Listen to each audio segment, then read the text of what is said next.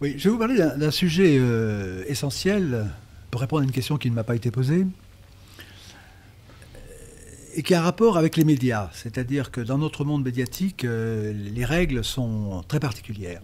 Et j'en profite pour rendre hommage à cette personne qui actuellement n'est plus de ce monde, mais qui est l'ancien président de la commission des ventes d'armes. Et ce qui est très important pour se faire sa propre doctrine, son intelligence des choses, c'est de rencontrer des personnes authentiques. Et donc là, je vais vous donner un exemple de l'expérience que l'on peut tirer de la fréquentation, de la connaissance et de la familiarité avec des personnes de qualité. Donc cet ancien président de la commission des ventes d'armes était major de Polytechnique, et il se trouve que j'ai travaillé avec un certain nombre de majors de l'école Polytechnique. Et là, il m'a raconté la première chose suivante. On peut croire, pour le commun des mortels, que celui qui est polytechnicien n'a pas de soucis, n'est pas ghettoisé, pourrait-on dire actuellement, puisqu'il y a des personnes qui se plaignent d'être exclues. Eh bien, il m'avait dit qu'un polytechnicien, et comme les autres, il peut être mis au rencard. C'est-à-dire qu'il disait qu'il y avait une cellule à l'école des mines qui considérait qu'il y avait les bons polytechniciens et les cons. Alors les cons, c'est quoi? Le con, c'est le polytechnicien qui ne marche pas dans la combine. C'est-à-dire que nous sommes dans un système, alors ou bien on marche dans le système, ou bien pour des raisons morales, des raisons éthiques ou des raisons scientifiques, on ne veut pas marcher dans la combine, et à ce moment-là, on est considéré comme un con. Bon. Je vous traduis simplement cette expérience. Et alors, il m'avait dit qu'effectivement, ça donne des situations qui sont dures. Vous avez un polytechnicien, par exemple, qui dit à sa femme qu'un autre polytechnicien, qu'on appellera Y, est quelqu'un qui est incompétent. Qu'est-ce qui se passe? 10 ans après, le polytechnicien Y a gravi des échelons, et le premier polytechnicien dont je vous parle, X, lui, est resté relativement bas de l'échelle. Et son épouse lui dit, tu vois, tu m'avais dit que c'était un mauvais, mais regarde où tu es.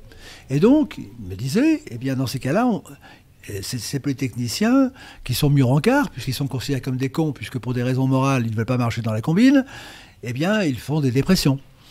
Alors, il m'avait dit, écoutez, alors pour pallier ce genre de choses, m'avait-il dit, un polytechnicien, ça peut être un con. Un major de Polytechnique, ça peut être un con. Plusieurs majors de Polytechnique, ça peut être des cons, mais l'association des majors de Polytechnique, ça ne peut pas être des cons. Et il m'avait dit, nous avons donc créé l'association des majors de Polytechnique, et j'ai vérifié, et il y a aussi les diplômés de l'école des mines avec. Donc c'est une situation qui paraît tout à fait ubuesque. Et si elle n'était pas vraie, eh bien, je ne vous la raconterai pas. Donc ça vous donne une idée de la société, je veux dire, d'esclavagisme dans laquelle on est, comme je le disais, c'est-à-dire que c'est une société qui empêche les bons de faire le bien. Voilà la première chose qu'il m'avait dit. Il m'avait dit également que, évidemment, beaucoup de choses, notamment quel était le prix pour tuer quelqu'un. Il a dit, moi, le prix, c'est tant. Si on veut me tuer, ça coûte tant.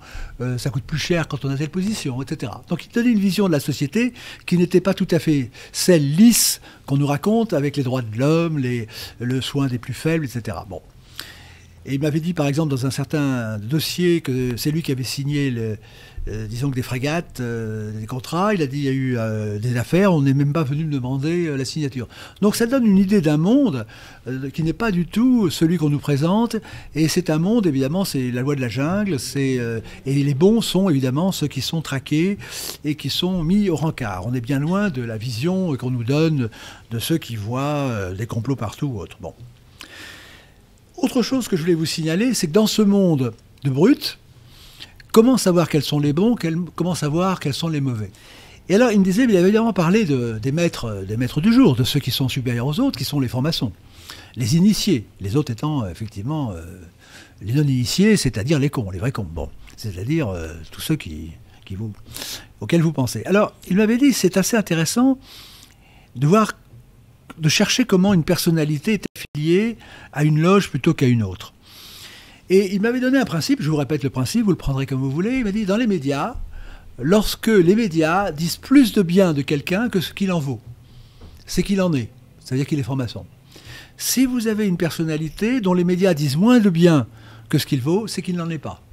Donc déjà, c'est le tri entre les maçons et les non-maçons. Et puis il m'avait dit, eh bien écoutez, c'est simple, pour savoir quelle est l'affiliation, eh bien, il faut savoir quels sont les maçons qui sont affiliés à la Grande Loge de France ou à l'Ordre Grand Orient, il faut en avoir quelques-uns. C'est comme quand on pêche l'asticot, il faut quand même en avoir quelques-uns. Et il disait qu'une fois qu'on en a quelques-uns, on regarde qui va voir qui. Et petit à petit, on fait le tableau. Alors je lui avais demandé s'il voulait bien faire le tableau, mais hélas, il a disparu avant. Et la dernière chose que je dirais, oui, c'est que c'est avec ce genre de vérité que l'on se construit finalement son paysage intérieur, ses certitudes sur le monde dans lequel on vit.